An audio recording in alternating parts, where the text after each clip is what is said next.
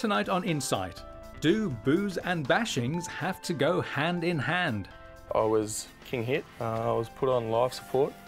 I was on the ground. These two guys were still kicking me in the face. One of them held James while the other one hit him. You don't know what you're doing. You're intoxicated. I don't care how nice someone can be normally. When you're chained, when you're drunk, don't drink. Any instance happen, pull out. Boys, walk away. Why can't we have a legislation to cover a one-punch assault?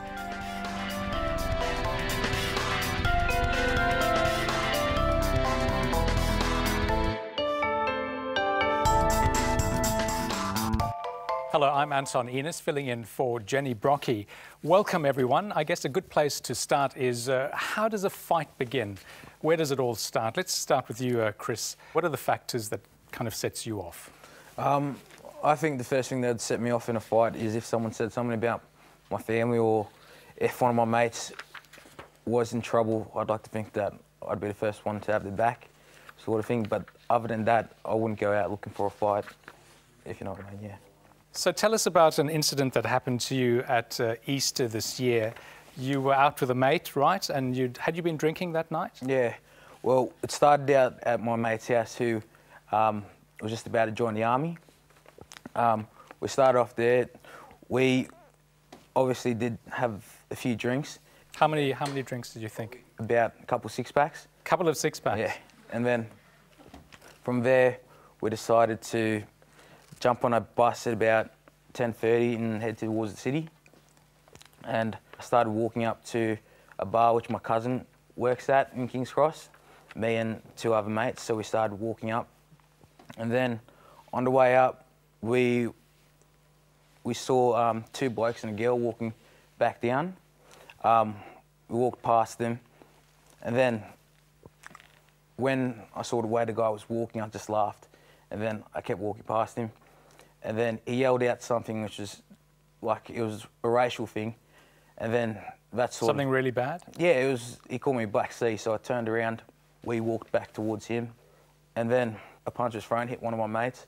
And then that's when I jumped in. And then after a few punches and stuff, I blacked out. And I woke up during the fight, and then his foot was in my face. You know, You were down on the ground? Yeah, I was down on the ground. And what I heard, that these two guys were still stepping on my head when I was obviously knocked out. And I was on the ground, still kicking me in the face. And then we got to the hospital the next day. It was about 4 o'clock in the morning when we were in the hospital. Mum, sisters, brothers arrived.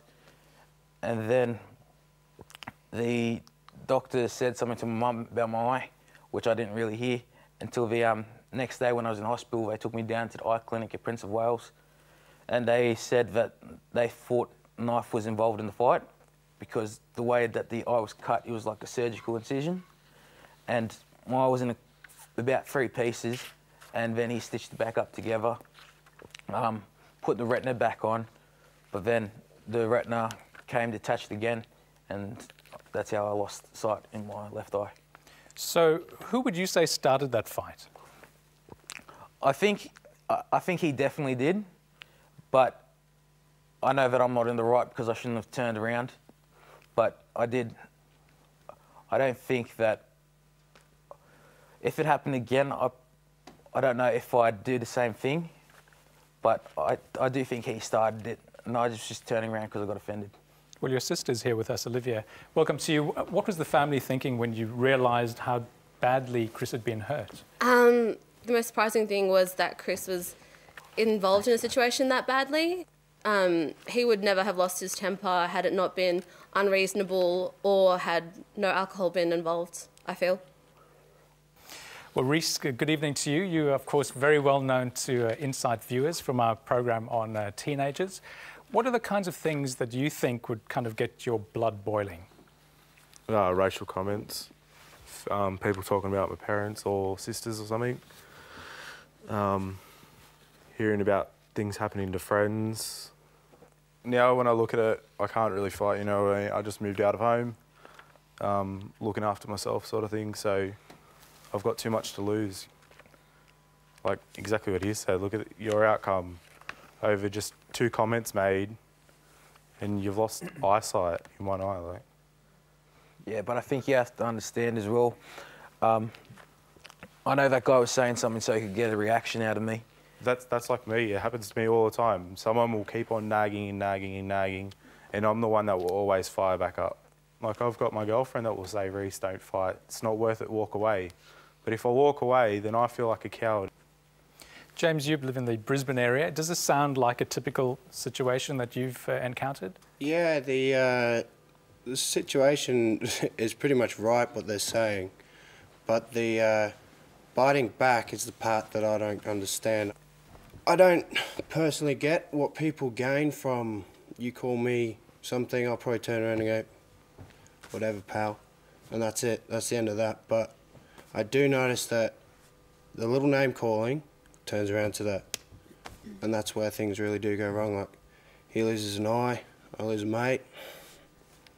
It's these sort of things that, well, we're all here to try and stop, but how do you go about that? You're a pretty big-looking guy. Is there an expectation, do you think, of people around you that if someone picks a fight with you, you're going to fight back? No, the actual thing was, when I was younger, I was always a small bloke, and I was always the one that was getting picked on or got knocked about a bit, and I decided I wanted to go out there, and I went to the gym, started training, getting bigger, and now what I actually do is I get kicked out of pubs for stopping fights. Well, Rod, you look after the Melbourne CBD, some of the hot spots there for weekend violence and so on. What are the kinds of things that you're seeing, and does it reflect what we're hearing so far tonight? There's around 250 reported assaults in the CBD of Melbourne per month. The sorts of things I see that people are fighting over is around queues in taxi queues in the CBD, queues in nightclubs, the sorts of things where comments are made when people are walking by. A lot of people in the CBD of Melbourne are quite intoxicated after hours, like I'm talking about 3 or 4 o'clock onwards. I've had one incident recently where a guy was knocked out and they fought over a spilt souvlaki. You know, I mean, if these people had their chance the next day to actually think about what they were fighting over, you know, 9 times out of 10 it would never happen.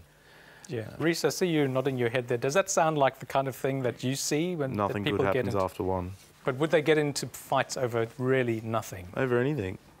God, if someone doesn't like your haircut, calls you a poof, calls you anything, like, they just expect a reaction. You know what I mean? Like, I can only count my good mates on one hand. Like, I've got Ash, who's behind me. I've known him since year 2. I go out and I will have 2 or 3 drinks simply for the fact I know if anything goes down, I know what I'm doing. Ashley, what about you? Is that is the kinds of things you're hearing, the kind of provocation, is that what you've been seeing? Yeah, by all means. Reece is right, he doesn't drink very much when he goes out. Personally, I drink a bit more than Reece. But once 12 o'clock comes along, like Reece said, my father always said, nothing good happens after 1. Lana, welcome to you. You've been in a few fist fights over the years. What are the kinds of things that set you off? For me personally, in the past I was a victim of a lot of violence, especially when I was a child. Growing up in a family full of, if you must call it, criminals, you know, always living up to the image of my older siblings and my friends. I think alcohol was a big factor in it, and other drugs as well. But yeah, I'd say because I couldn't fight back when I was a child, I fight back now, or I used to. Did you ever go out looking for a fight? Oh yeah, I can admit that. Yeah, I used to get on the drink and used to be cocky to some people. Street and club fighting is about street credit. You know what I mean? Oh, who can punch the hardest? Oh yeah, I look back and I just kind of a bit disgusted in myself. But Can I just say, what everyone fails to take in is that you don't know what that person's been through that day, nor their lifetime leading up to that. Like with Chris's sudden snap, yes, it was spurred on by a comment as well, but there have been things that have gone throughout his life, or like the whole year, that would all probably just accumulate in that 1 second where you do lose control. But I think it's a bit unfair to say that, I feel like you're simplifying it by saying, why can't you just walk away? There's always more behind it. Like with Lana's story, had I just known the criminal background, I probably would have been very fast to make a decision and say, you should have just walked away, just get your head together. But she's got a family background there that goes deep, and then just those few moments in her life where she's lost control. Adrian, I was watching you listening to Lana's story there. You were in a club in Canberra and got into a situation. Can you tell us about that? I was out with a group of girlfriends. We were having a good time, and I was standing at a round table down in a specific nightclub, and had a group of girls start screaming at me from the other side. It went on for about 10 minutes, and I got fed up with it, so said to my friends, let's go. And I got about 10 metres away and was saying goodbye to a friend when I felt something hit me in the face.